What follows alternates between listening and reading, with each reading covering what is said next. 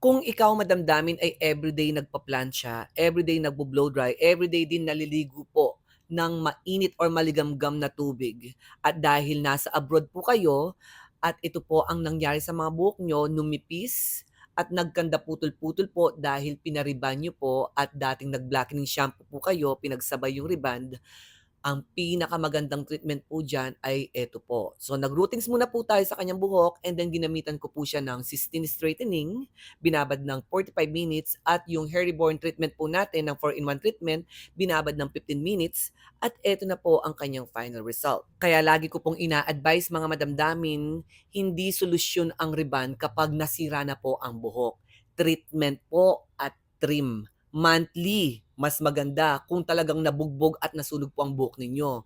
Pero kapag ganyan po, every 3 months po will do at tulungan niyo pong tinitreatment din sa inyong mga tahanan like hair spa.